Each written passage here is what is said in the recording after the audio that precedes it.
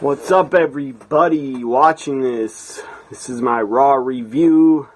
The first Raw after the Survivor Series 2016. This is my November 21st, 2016 Raw review. Here we go.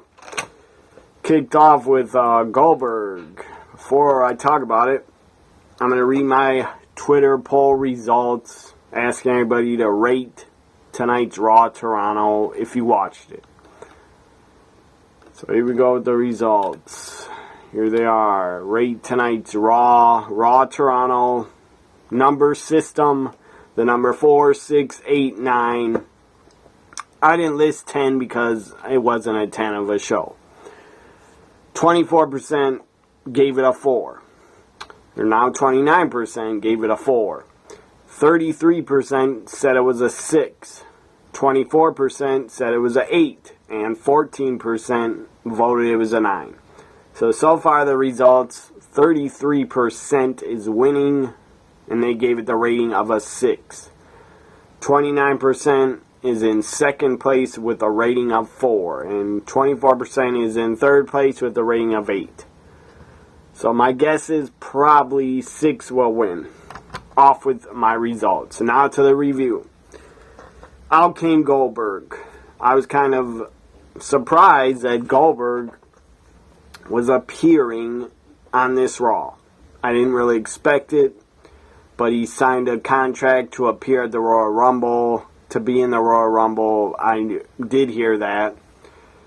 So Goldberg is signed on until after the Royal Rumble. I don't know how long that's going to be. He probably will appear at WrestleMania in a match, or for the Hall of Fame, he'll come out as a Hall of Famer. So Goldberg kicks off this Raw. Goldberg comes out. A lot of Goldberg chants before he even came out. Toronto is really, Goldberg was super over in Canada. Who the hell knew that? But Goldberg is really over in Toronto. Or maybe they were just cheering him a lot to give him respect because he's been in the business a long time. I don't know. But to me, it seemed like Goldberg was super over in Canada, at least in Toronto. So Goldberg comes out, cuts a promo, talks about after his match. First, he says he expected to defeat Brock.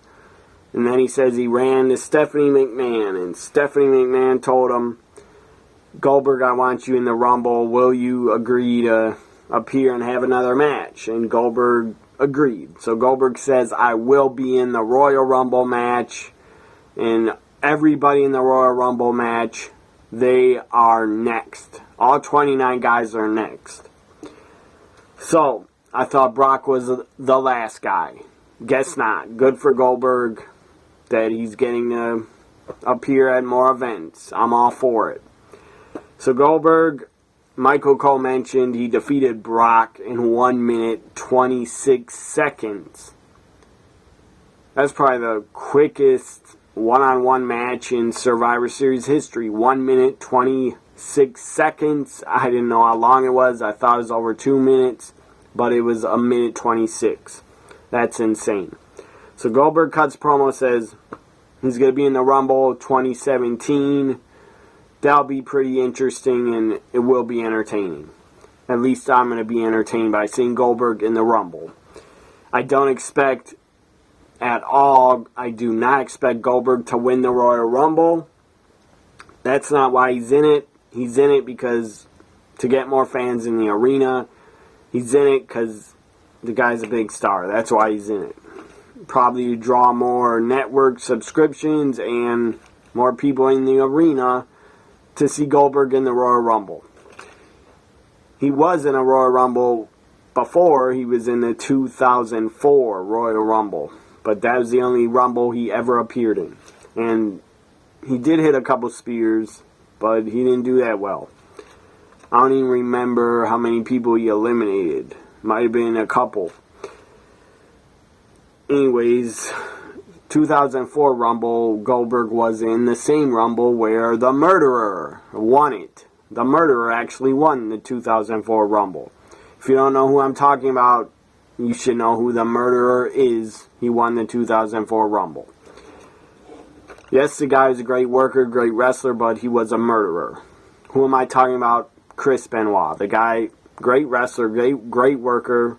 The guy was one of my favorites, but the guy's a murderer. So all about him being my favorite, that was thrown out the window when he murdered his child and his wife.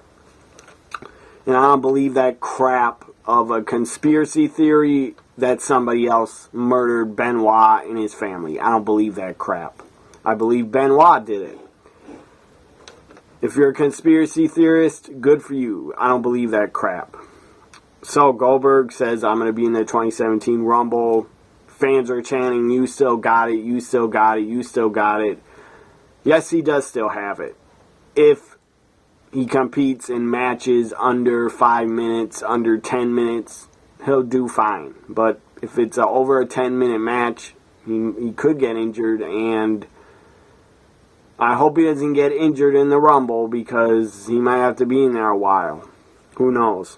Maybe he'll be in the Rumble and Brock will come out as the next number, and maybe Brock and him will go face to face, and then maybe Brock will toss him out real quick. Who the hell knows? And then maybe, I don't know, Brock versus Goldberg at WrestleMania. Who knows? I mean, if Brock costs Goldberg a chance at a title shot, Goldberg might be so angry he might want Brock again at WrestleMania. Who knows? Even though I think, I said in my Survivor Series review that I wouldn't mind seeing Brock Goldberg at Royal Rumble, but that's not going to happen because Goldberg is in the Rumble. So, I don't want to see Brock against Goldberg.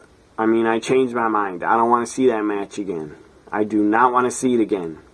Especially again at a WrestleMania. No need to see that again. So up next, after the Goldberg segment, which was very short, and he talked to his son and said, thank you, son, that I guess he got to compete in front of his son so his son could see him compete for the first time in the ring. Tag team titles were on the line. The New Day defending against Cesaro and Sheamus. Cesaro and Sheamus were announced that they were getting a tag title shot last night at Survivor Series for some reason. New Day, by the way, the New Day is 23 days away from breaking Demolition's record. Whenever you're watching this video, it might be 22 days away, or 21 days away, or 20 days away. Hell, if you watch this video a week from now, it'll be way down to like 16 days away. Next Monday, I believe it'll be 16 days away from New Day breaking Demolition's 18-year record, 18-year record. 18 years ago, Demolition won the tag titles in 1988. Held on to them till July 89. So the record has been Demolition has had the record a very long time. Almost over 20 years. What am I talking about? Close to 27 years, 28 years, or 26 years. Well over 20 years. Demolition has had the record as the longest reigning tag champs in WWE history. At the time it was WWF, but it's WWE now. So New Day against Cesaro Sheamus was a decent match. I expected New Day to retain because they're not going to lose the tag titles. Next week it's smart booking to have Gallus and Anderson get a tag title shot next week. That is smart.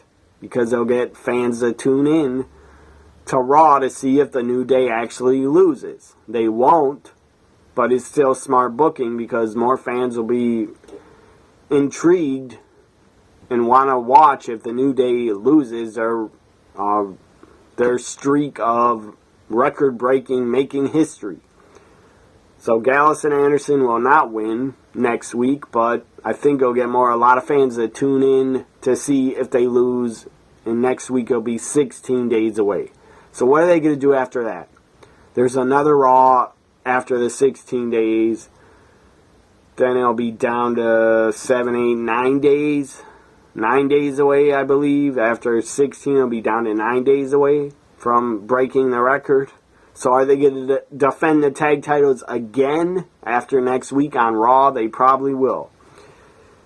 But that's a smart booking move to keep having the New Day defend the titles until the day comes where they break the record. That's a good idea because it'll get fans to tune in and watch the tag title matches. New Day wins and retains. Everybody, I'm sure, expected that. And I believe Demolition is still suing Vince and WWE. They're not suing Vince personally. I believe they're suing WWE, but still it's like suing Vince and it's like slapping Vince in the face. So they're suing WWE over a concussion lawsuit. They both claim they got injured in concussions when they were Demolition. I doubt they suffered concussions. Maybe they did. Who the hell knows? But they might, I don't know. They probably aren't getting royalty checks from the network. They probably aren't because I'm sure a lot of wrestlers that are on the network that are old wrestlers that don't work for Vince, I'm sure a lot of them get no checks from the network. And I don't believe they should get a check for being on the network and footage that is like 25, 30 years old. They shouldn't get a check for that. They should have saved their money and the money they made. Because they made a lot of money. And if they blew all their money in the late 80s and early 90s, if they blew it all, they're stupid. So, what was I saying? Demolition. They're suing WWE. Good for them. They're gonna. I hope they lose the lawsuit because that's stupid. This claim WWE gave them the concussions. No, they didn't. What gave you concussions was being a wrestler. That's the business you decide to go into. So I still believe I tweeted out Demolition should be in the 2017 Hall of Fame. They deserve it. They're one of my favorite teams of the 80s, along with the Road Warriors. I love Demolition when they were around, when they were in their prime, when they were tag champs.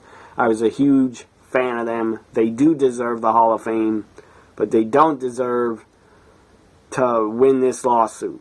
If they're still in the lawsuit, I don't know. And New Day actually took a shot. Kofi was talking in his promo, and he took a shot at Demolition and said, "We're about to destroy your record, X and Smash." Or he kind of ripped the Demolition, because in their promos they used to always say, "We're going to destroy you," talking about their opponent. So Kofi kind of ripped Demolition. I didn't like that, but Vince probably told him to say it. So next we had Chris Jericho backstage with Charlie. I believe her name's Charlie. Or Carly. Anyways, she's a new interviewer. She's been around a while. Couple months. She works in NXT. She did the NXT TakeOver Toronto pre-show. She looked great. Very, very beautiful woman. So she's back interviewing Jericho backstage, and I tweeted maybe she should make the list. Jericho, I said, put her on the list. And then she actually tweeted me after I wrote that with her Twitter handle. She actually tweeted me back. That was pretty cool. That was pretty exciting that she tweeted me back and took the time to tweet me back. So thank you for tweeting me. Charlie, you're a gorgeous woman and you do a hell of a job as an interviewer. I would like to see more of her on, well, we are going to see more of her, a lot more of her on Raw. I guess Tom Phillips went to SmackDown and got traded for her. So that's good that she's going to be on Raw every week. So then we had Jericho says he's going to do a highlight reel later tonight and talk about the list and what happened to it at Survivor Series. We know what happened to it. You know what happened to the list if you watch Survivor Series. Up next, we had Enzo Amore. Backstage, I guess somebody, I didn't see who took his clothes, but I guess another, or his opponent, who is he facing? Enzo Rusev did not take his clothes. Somebody took his clothes, and Enzo ends up walking out backstage, walking through the backstage arena nude. I'm smiling because this was damn funny. It was not PG, but it was damn funny, damn good segment. Oh my god, I was laughing hysterically. Of course, that Enzo's privates blurred out, and I doubt he was nude.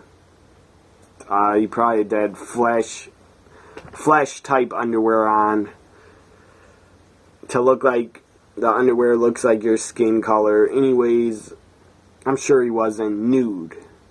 And if he was really nude, that's pretty insane because he's standing in front of Lana, and a lot of people saw him nude then. But Enzo looked comfortable. He looked very comfortable nude. He looked like he didn't care. He looked like he was quite happy walking around nude with a breeze on him, probably. So Enzo was nude. I'm not joking. He was backstage walking around nude, and they were filming this segment. As Enzo was nude, and they had his privates blurred out. That it was funny. One of the funniest segments. I'm not kidding. To me, this was one of the funniest segments in the history of Raw. It was damn funny. Whoever came up with the idea, bravo. It was genius. I don't know if a writer came up with it or who did, but I don't think Vince would come up with something that funny because he's pretty old. Maybe Triple H came up with it. I don't know. But whoever came up with the idea to have Enzo walk around naked in the segment, it was funny as hell. I was laughing my ass off.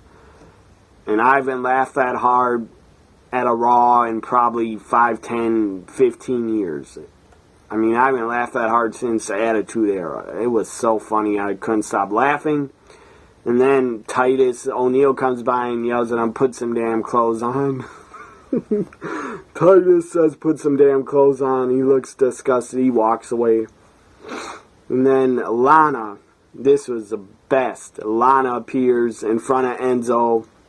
And Lana's going like looking down like she doesn't know where to look. Lana's looking down. She's trying to look up. She's trying to look away. But it looked like Lana was trying to check out Enzo. And it looked like Lana's trying to check out his privates. It was damn funny. She was like looking like she didn't want to look, but she couldn't help herself. It was damn funny that Lana showed up in the segment. And then Enzo saying, he went up to her and said right away when she came up to him, he goes, "How you doing?" That was great. And then he was saying, "You like what you see," or whatever, something like that. And then Rusev appears, and that was awesome also. Rusev appears very angry, saying, "Why are you standing here naked in front of my wife? How dare you? How dare you?" He's yelling at him, saying, "How dare you stand here naked in front of my wife?" And my God, it was a great segment. It was funny as hell. Probably, to me, one of the funniest segments, as I said, in Monday Night Raw history. And no, the Mae Young giving birth to a hand, I did not think that was funny. I thought that was stupid, and that was damn disgusting. I don't think it was funny at all. I did not laugh. I was like this. I could barely watch this segment when Mae Young gave birth to a goddamn hand. That was not funny to me. That was stupid. That was... I don't know, that wasn't in bathroom humor, that was in dirty humor, I don't know what that was. That was like a really sick person humor that came up with that. Anyways, so I think Vince came up with the hand. And Vince at one time wanted to do a storyline where he was attracted to Stephanie. I'm not joking. Something about Vince and Stephanie were going to do incest. And, of course, Stephanie did not agree. Stephanie did not agree and said, "Hell no, I'm not doing that." Storyline with my own father. I believe Vince came up with doing an incest storyline with his own daughter. That is a sick man. Anyways, so back to my Raw review. Then Rusev basically challenges Enzo and says, I want to face you tonight. And the match was made right there. So now we go to Sami Zayn backstage. Sami Zayn comes up to Stephanie and Mick Foley talking. Zayn appears. And then Mick says, I was disappointed you didn't win the IC title. And we know Maurice had a lot to do with it. But instead of Mick blaming Maurice, he punishes Sami Zayn for some reason. That was odd. Are they trying to turn Mick Foley heel? I don't know. I would be all for it, but I don't know. I mean, it would be kind of dumb. If Mick Foley's heel, then Stephanie would probably go heel too, and that I don't want to see two heels running the show. Maybe Mick would be a heel and Stephanie would turn full-fledged babyface. I don't know. Because Stephanie right now is not really a babyface. When she appears, she kind of gets booed a lot. Even though she tries to cater to the crowd and get pops by making announcements that the fans like, and then she gets pops. But Stephanie, to me, is still a heel. But I don't know. Mick punishes Sami Zayn and says, you gotta pay the consequences for losing last night. You're gonna face Braun Strowman. And Sami did not look happy about that at all. Up next, we had Cedric Alexander taking on Daivari. Cedric Alexander wins, and it was good. Then we had the highlight reel next. This was great. This was like Enzo walking around nude backstage. That was great. This highlight reel segment was also very good. Very good. So Jericho's talking by himself first, and Kevin Owens appears. And Kevin Owens and Jericho start arguing like they don't like each other, like they're about to break up. Jericho says, you messed up last night, you ruined the list. And Kevin Owens says, I don't care about your stupid list. And that pissed off Jericho, and then Jericho says, I care about the list. And then Jericho says, I don't care about your stupid friendship right now or something. And then they keep arguing and fighting. And then Kevin Owens says back to Jericho, or Jericho earlier says, I was going to blame this on, you know who I'm going to blame this on? And then he didn't say it. Then Kevin Owens says, I'm going to blame it on. And then they both say at the same time, I was going to blame it on Roman Reigns. So they both agree to blame it on Roman Reigns. And the crowd pops, of course, because nobody likes Roman Reigns. I sure don't like the guy, how he's booked, and how they treat him, and how they book him. I don't like it at all. So that is damn funny. Let's blame Roman Reigns for the loss at Survivor Series to Team SmackDown. Then the crowd's chanting at one point, yes, yes, yes, and Kevin Owens took a shot at Daniel Bryan, says, that guy is no longer relevant. So I don't know why you're chanting that. I don't like that, but whatever. Owens did it because he's a heel. And then out comes Seth Rollins. He comes out on the mic. And then out comes Roman Reigns on the mic. And then to Rollins and Reigns and Kevin Owens and Jericho start fighting. And Seth Rollins comes out, I believe. Then Mick Foley comes out. Mick Foley says, quit it, stop this right now.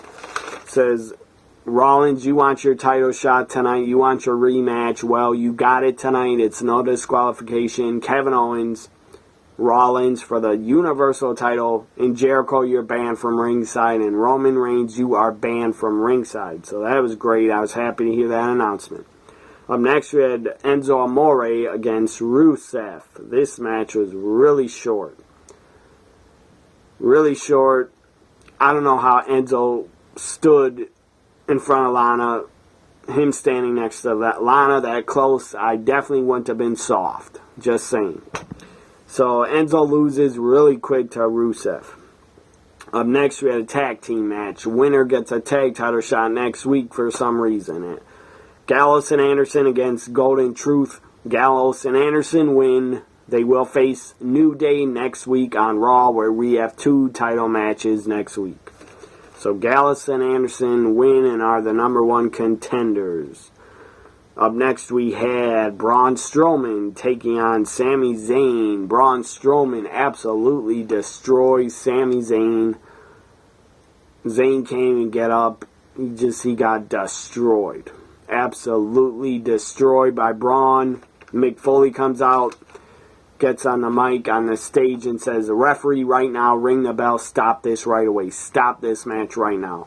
So the referee stops it. Braun Strowman wins. Mick Foley gets the match stopped. Again, I don't understand why Mick Foley punished Sami Zayn when Maurice screwed him over and it was Maurice's fault. It wasn't Zayn's fault. But Mick Foley decides to punish Zayn. Where is that headed? Is it headed to a Foley heel turn? Maybe, I don't know. But Mick Foley, I guess, thought Zayn had enough punishment, so he stops the match. That was good. At least he stopped it from Zayn getting beaten down more. Up next, we had the women's segment. Charlotte was going to address her attacking Bayley last night.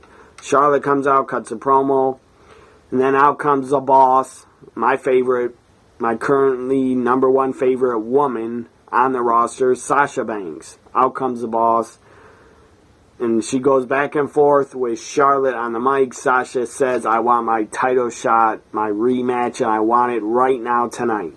Crowd pops for that. Out comes Nia Jax. Her music hits. She comes out.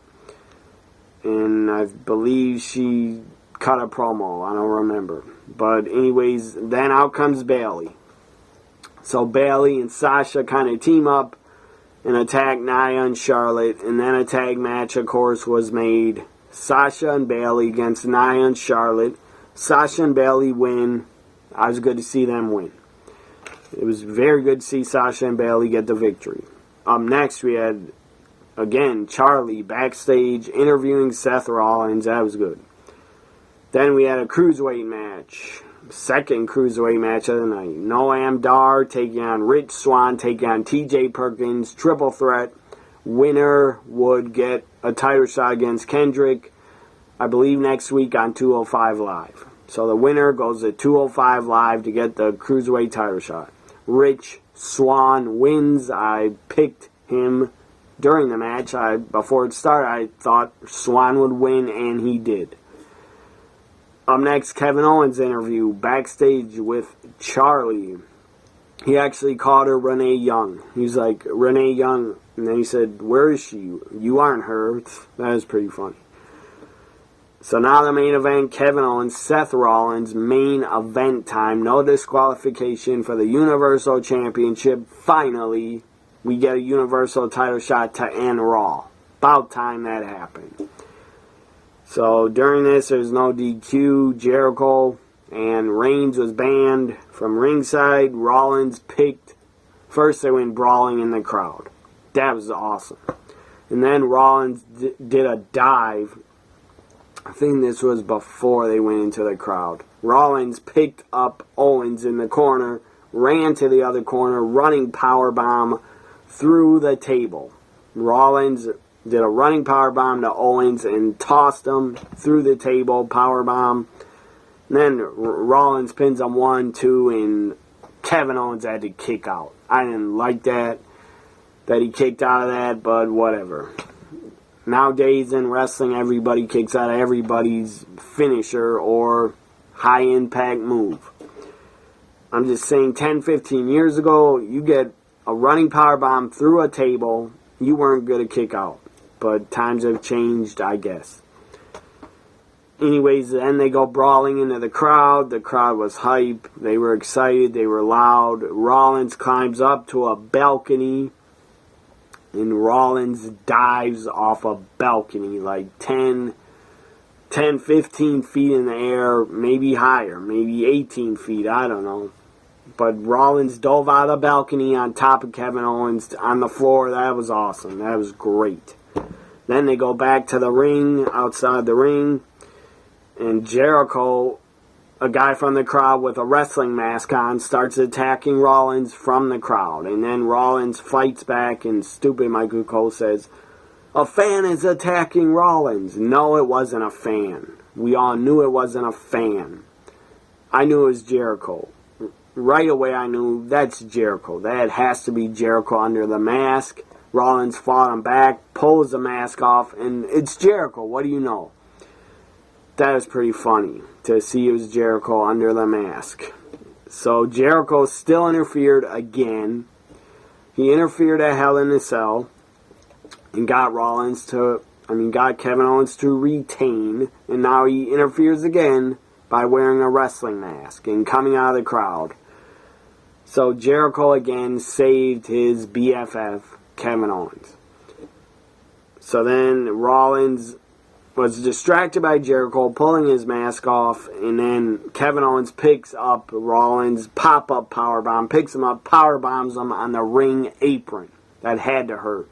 Then he throws Rollins in after the powerbomb on the ring apron. 1, 2, 3, Kevin Owens wins, retains, still Universal Champion because of Chris Jericho.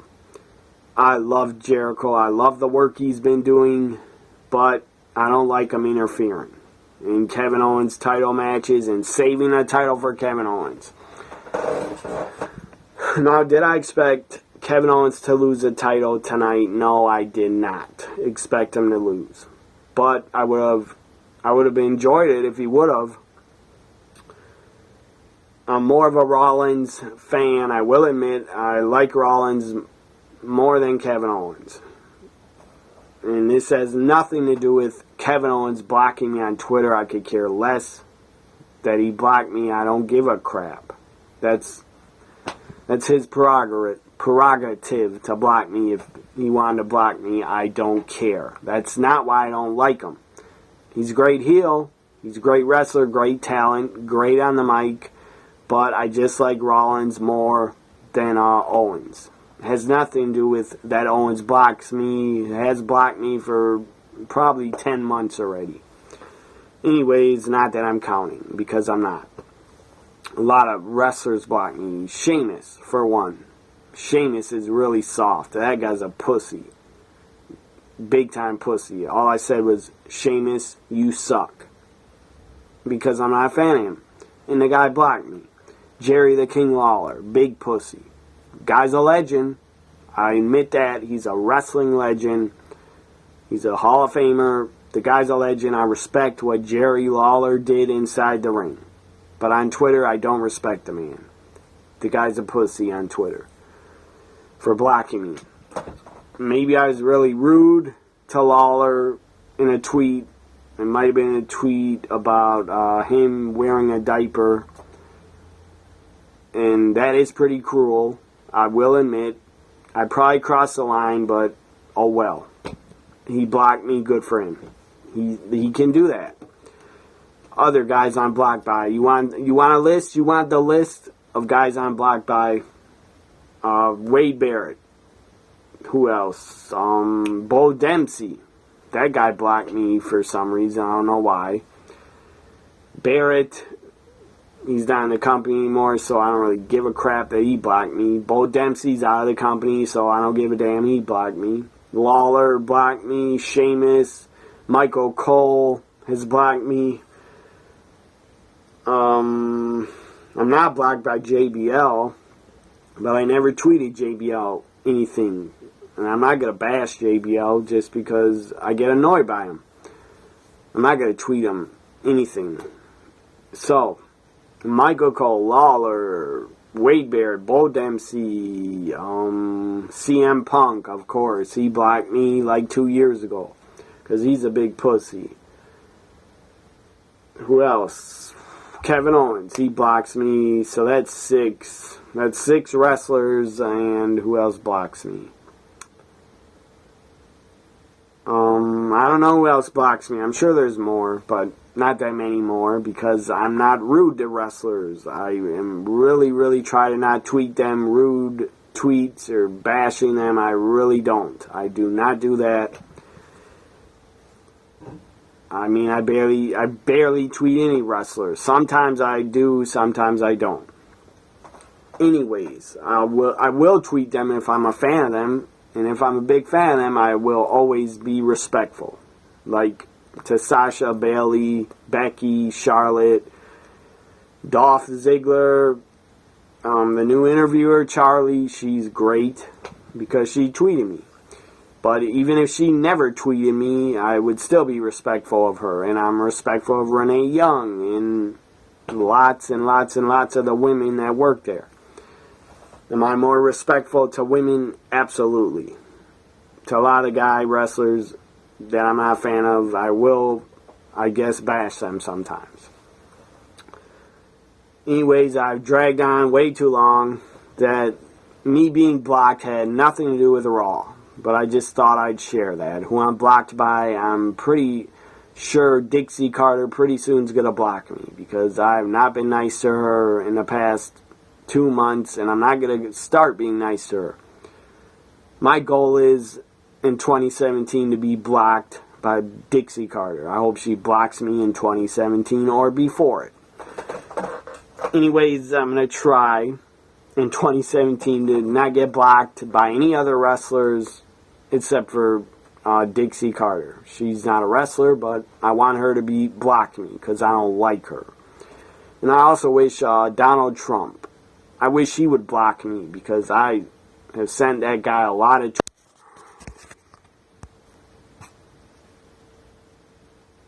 Bye for now, everybody. That's all I got for my Raw